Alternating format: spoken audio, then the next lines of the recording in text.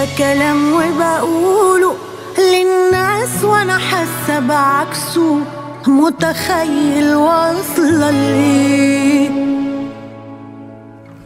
ما هي نظرة شفقة هتخلي الجرح في بعضك جرح، طب اعمل ايه؟ خلتنا اختار بين اني اموت بعدك في هدوء، او كل الدنيا تشوفني بموت، وده مش مقبول.